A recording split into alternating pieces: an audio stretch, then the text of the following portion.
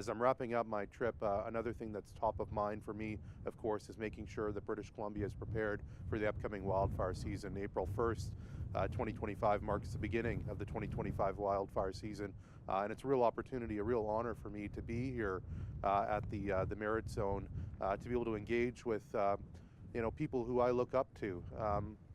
I've got mad respect for anyone who has the courage to drop everything and to run into a fire. And that's one thing that is really important for me as a new minister of forest, but a new minister responsible for the BC Wildfire Service, is to be on the ground engaging with the incredible wildland firefighters, the incredible leaders we have within our organization. The BC Wildfire Service is absolute world class.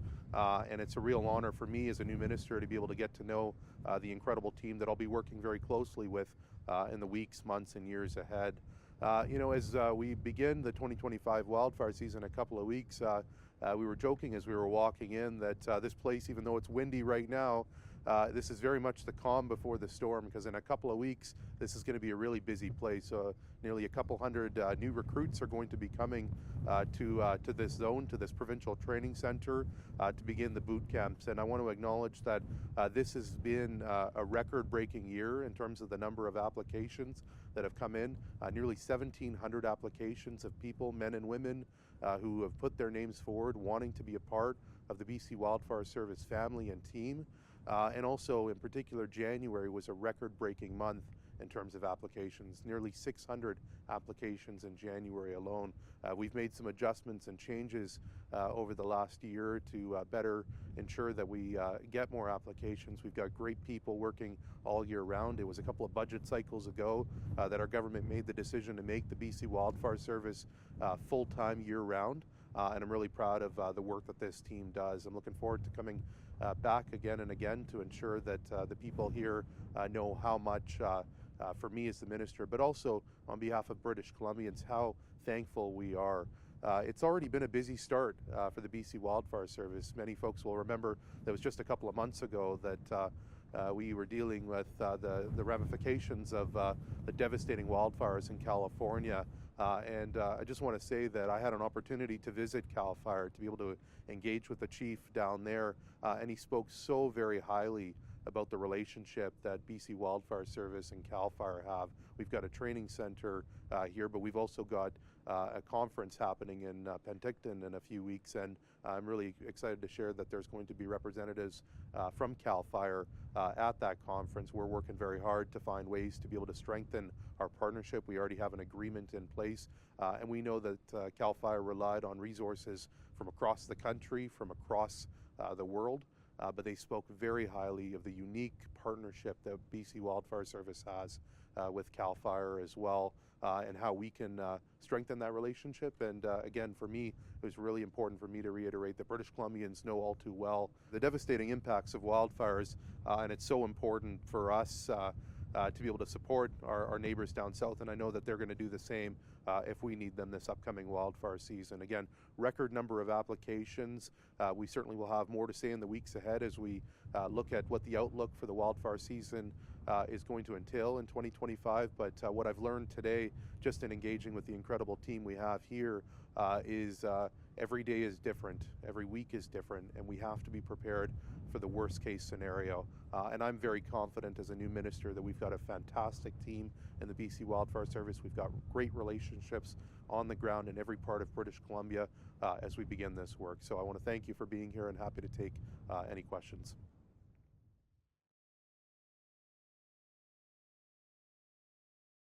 Yeah, you bet. I met with the leadership of the TNRD just a couple of weeks ago in Victoria, alongside my colleague Kelly Green, who's the new minister responsible for emergency management and climate readiness. We had a really great conversation. There's already good work happening on the ground here with our different district offices engaging with the TNRD around this problem. I recognize that there is a heavy reliance, not just during emergencies, but all year round, on those back routes, and so the message was heard loud and clear. Some of the solutions that we're exploring is having some established signage as an example that can be there all year round, but I'm looking forward to working with the TNRD, and I'm looking forward to being on the ground visiting those communities as well.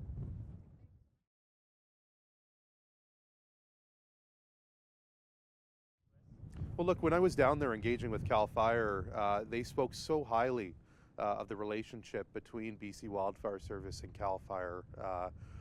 They weren't talking about two countries, they were talking about partners, and I think it's important for me to be able to reiterate that we have no interest as Canadians in becoming the 51st state, but we will always be there to support our neighbors in time of need. Firefighters don't ask questions, they run into fires. And the hardworking wildland firefighters and the incident management team that went down south, they didn't rest. They went right into it. They were there to support their neighbors down south, and they did an absolutely incredible job. And I heard that from the chief, and I heard that directly when I spoke to those members. I know that there was two members actually from the Merritt zone that participated as part of that attack crew as well. And so, look, I have been quite vocal this week and for some weeks around my displeasure for the comments that the President of the United States is making. Not only is he launched a trade war, an unnecessary trade war that is hurting British Columbians and Canadians, but he's also hurting his own people. The National Home Builders Association put out a study this week that showed that a 25% tariff alone would raise the cost of being able to build a home in the United States by $10,000. Imagine someone who has just lost everything now having to pay potentially upwards of $20,000 to $40,000 more if you add up all the duties, the increased duties we'll see later this year, in addition to this 25% tariff, just to be able to rebuild their home. And so it's good to see Americans from every state now standing up. We know that there have been some significant tornado events through the Midwest that have devastated communities as well. They are going to rely heavily on our Canadian lumber, and we are proud to be partners in providing that. But let it be known very clear that we have no interest in becoming the 51st state.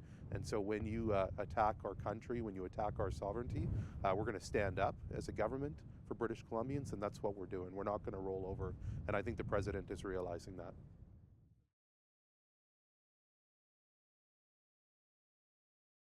Yeah, absolutely. To the first part of your question, that's one of the conversations that my acting deputy minister Ian Meyer, who has played a significant role in the wildfire service over the years, and I had conversations with the chief of CAL FIRE and his captains when we were down there a few weeks ago, was where do we go from here? We're finding ways to be able to strengthen the agreement that we already have in place. I think there's a lot that we can learn from CAL FIRE, and there's a lot that CAL FIRE can learn from us, and we're looking at opportunities to include Washington State, certainly Oregon, potentially Alaska and Alberta as part of those conversations. There's so many similarities between our jurisdictions, and we already are working together and providing and sharing resources. So without a doubt, we're looking at that, we're exploring those opportunities and keeping those conversations flowing during wildfire seasons, but also outside of wildfire seasons as well.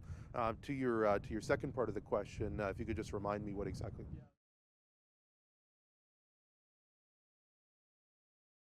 Yeah, well, look, I was meeting with our lawyers that represent us based in the United States, and they were sharing with me the Dodge report or commission or whatever you want to call it that Elon Musk is undertaking, is leading to public servants in the United States in DC that have been working on, say, the softwood lumber file for 20, 30 years, losing their work. And so I certainly feel for those individuals that are impacted by that. And I guess, it's something to certainly keep in mind how important it is that we continue governments of all stripes, governments from all across the world, and investing in our public services and investing in the people that truly are our competitive advantage. We recognize that here in British Columbia. And so, it's too early to say. I would say that many of those decisions are made at a state level as well.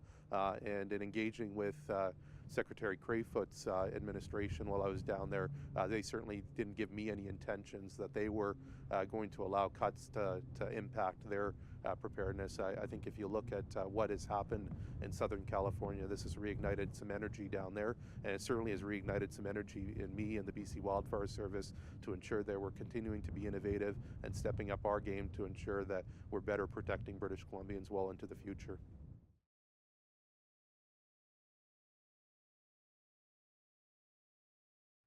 Yeah, absolutely. Well, look, I'm not a person that analyzes weather, but I think most British Columbians, to your point, see how dry it is. I've certainly seen the impacts of droughts in the central part of British Columbia through the northeast, and certainly rightfully are looking at those concerns and how that impacts our upcoming wildfire season. We could look at drought levels, snowpack levels, and we'll certainly have some outlooks that'll come forward in the weeks ahead. But I think it's important for me to reiterate that here at the BC Wildfire Service, we are preparing for the worst case scenario. Our modeling certainly is changing all the time, but it's important for us to do everything in our power to protect British Columbians, and that's the work that this incredible team is doing, not just here in Merritt, but in Kamloops, Prince George, right across this beautiful province. That's a good question. I'd say a couple things just as a bit of a new perspective as a new minister, is this is an incredible team, an incredible team. When I became minister, I took on a pretty challenging portfolio as it relates to our forest sector, and I was able to engage with members of the BC Wildfire Service fairly quickly, just in the context of what was going down south. And I learned fairly quickly that not only is this a great team, but it's a world-class organization that does incredible work. It's going to be incredible to see in a couple of weeks' time a boot camp set up here, a boot camp up in Prince George, training the next generation of wildland firefighters. I know that there's a unique aspect of our work this year where we're looking at better establishing our relationships with First Nations communities and having boot camps in different communities across the province. But I think if I've learned something in these past few months is this is an organization that people want to be a part of, and British Columbians from every part of our province feel it's a duty to be able to serve. And I think that speaks to the 1,700 plus people that have put in an application and want to be a part of this team.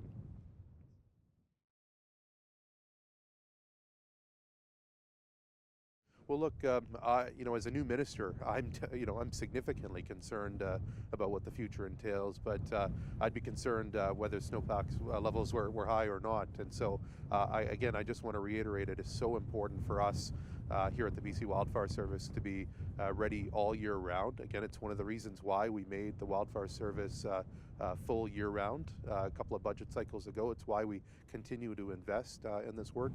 There's a lot of good work that's happening on the ground. Had an opportunity to tour the facility here and met some folks that are working on prescribed burns as an example. I think there's about 5 happening in Merritt,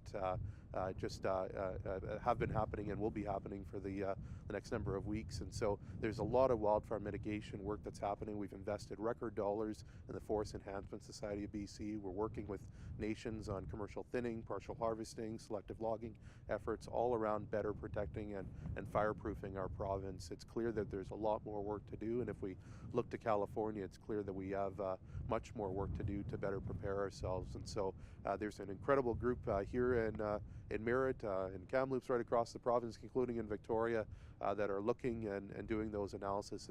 And I know that they'll have more information to share in the weeks ahead. But again, really important that we're preparing for all scenarios.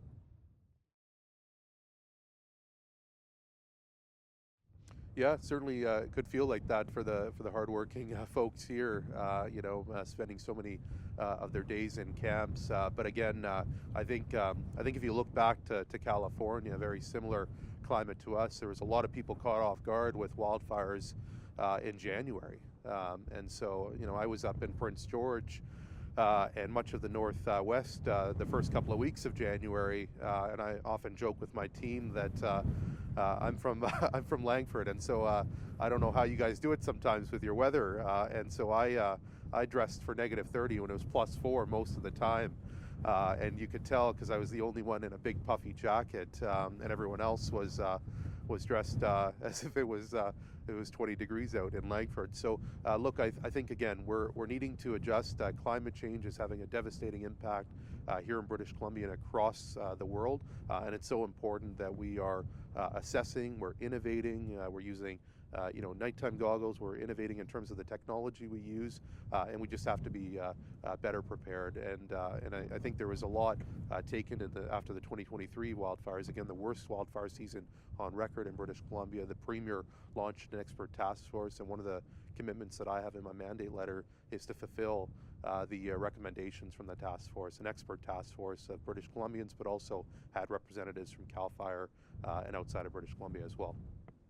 Yeah, well, look, I think there's a huge opportunity before us to make sure that we're getting the most value out of our log. I'm going to be meeting with a value-added operator just in a little bit. I'm going to be spending a lot of time here in Merritt because this is a community that means a lot to me. I was there on the ground after that Tolko mill shut down, and I saw the devastating impact that that had on workers. It's why standing up and delivering for workers, taking action is my top priority. Whether it's the devastating impacts of tariffs or duties, we know we have to stand up. Earlier this week, I met a guy named Bill from West Kelowna who had been working at the Gorman Brothers mill there in West Kelowna for 48 years. And I was giving him a hard time about making sure that he hits the big 5-0. But for me, Bill put things into perspective. When we talk about tariffs and duties, we're not talking about data points. We're talking about a president of a country that is trying to put a person like Bill out of work and trying to put people who are just trying to provide for their families, who are doing their level best to be able to stand up for their communities. And so without a doubt, we've got some work ahead of us. I've got a very comprehensive and efficient review of BC timber sales that's underway. We're doing a lot of pricing and tenures work. And again, part of my work being here on the ground is doing that listening and learning. I met with just at the district office prior to coming here with Weyerhaeuser, with Aspen Planers, representatives from the Forest Service, as well as local nations, including Chief Lindsay. And so there is an opportunity for us to work better together to be able to address those challenges. And I'm certainly excited about the energies that are not just here in Merritt, but across the province.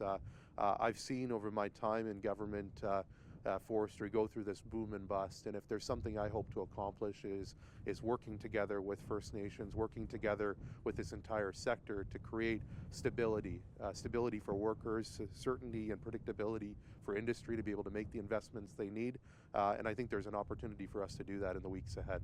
So look, I think the mayor is doing an outstanding job standing up for his community.